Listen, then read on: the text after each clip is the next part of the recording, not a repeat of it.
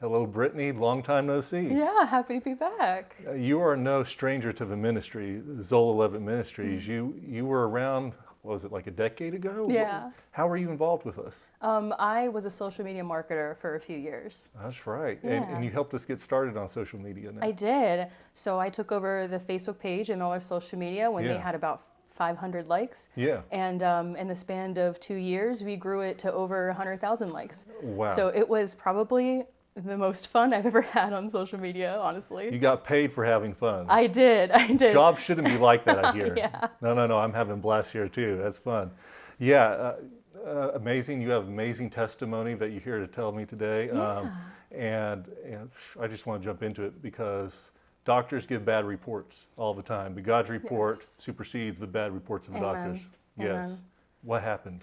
So I grew up on over 150 acres of land. We had a homestead, and 4 generations of my family, and we all lived together on the same land. Oh, that's awesome. And as a child, that was the amount of security that brought a child with surrounded by family was just incredible. But unfortunately, I was 9 years old, and my parents got a divorce, and my entire world shattered. So I was 9 years old. By the time I was 12 years old, I had went to the doctor, and they told me that I have this condition that's pretty common in women, but to never expect to have children.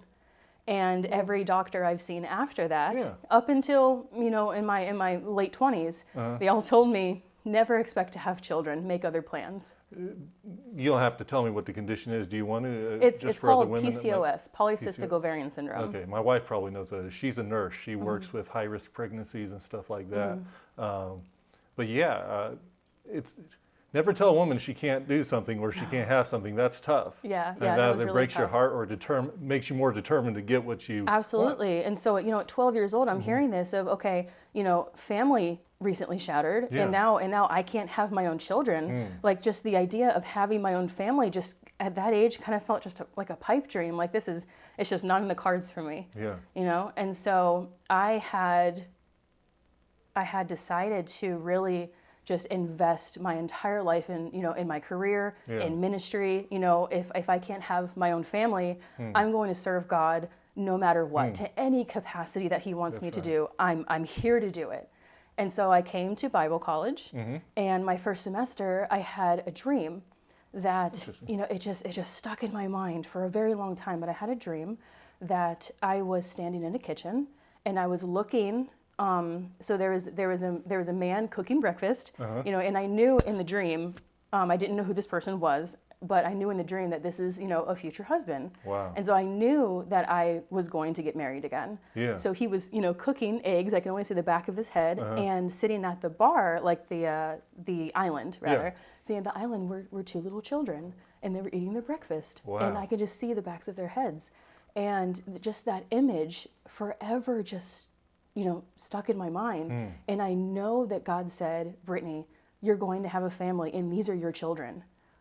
And so I A was lot like, of people get that kind of vision or dream, that foreknowing of something. That's a big thing. And so it just, that was the promise from God that I held on to for years.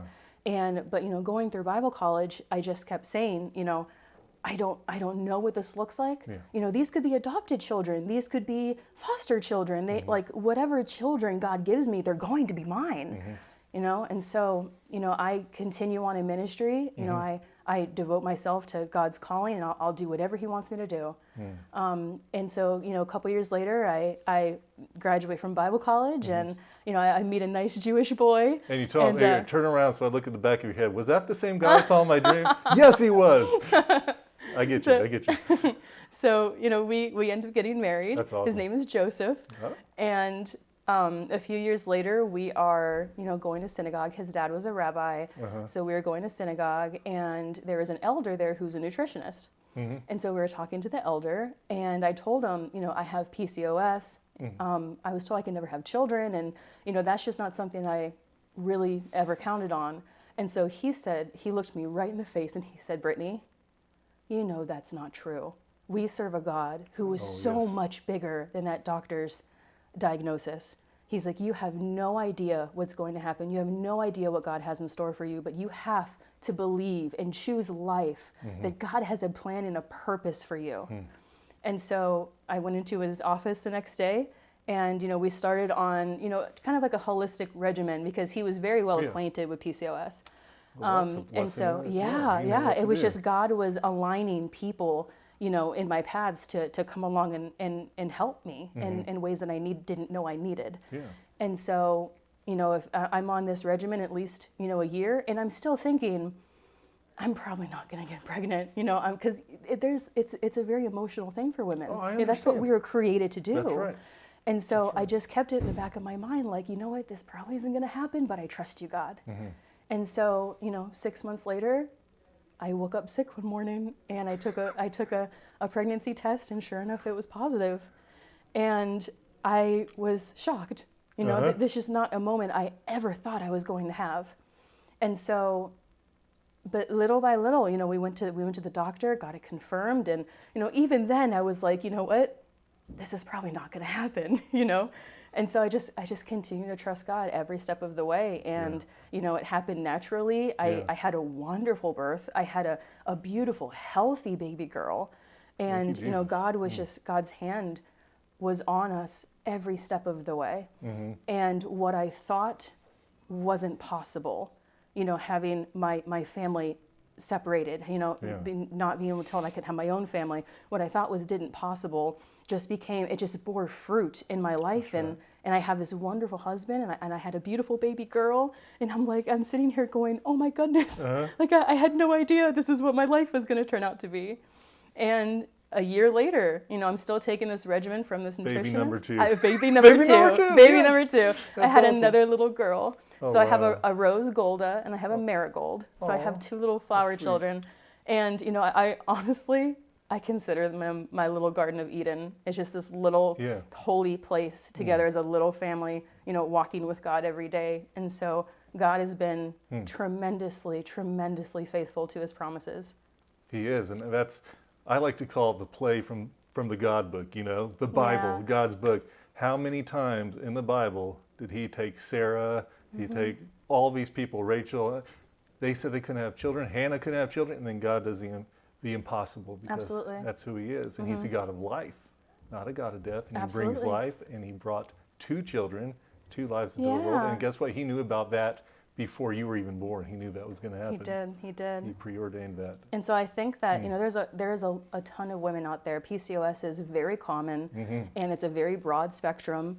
So I would just encourage anyone who's watching this that first off, you have to be open to whatever God has for you. That's right. I do believe that God opens wombs when they're shut. I Yes. do believe that he brings, children need adopted and they need loved. And I fully believe that if you want to be a mom, God has a calling for you. God has a purpose for you. God has set that in your heart for a reason. So number one, you have to be open to what he wants to do in your life. And I think number two, just like there are 2 trees in the Garden of Eden, there's a tree of knowledge and evil, and there's the tree of life. Choose life every single time. Choose God every single time. Don't choose the other tree where you think you know better. The other tree could be a doctor's diagnosis. It could That's be right. someone full of doubt. It could be someone saying, wasn't in the cards for you. Yes. It's not going to work out. Always choose the tree of life, because God has a peace and a shalom that surpasses all understanding, and he has his hand on your family always. That's right. You will never be put to shame in stepping out in faith, believing what God says in his word. Absolutely. Man, you just preached it. You preached it to the choir, I'm sure, but you preached it to someone who needed to hear it. I can't help it. It's thank just you for that. I've been in that space where it just seemed impossible Yeah. at every single direction, but I know I have seen miracles upon miracles in my life. Yes. And I have, my little child with me today. Yeah. And it's just, I know that God can do anything. That's right. Well, you are ministering to so many people. I'm sure you won't ever see or hear about them until we go to heaven one day, and they're like, Brittni, I heard your story. That was awesome. Thank and you. that's how God works. He Absolutely. uses just singular people to reach thousands. You'll Amen. figure that out one day. Amen. Well, thank you for joining me today, Brittni. Thanks.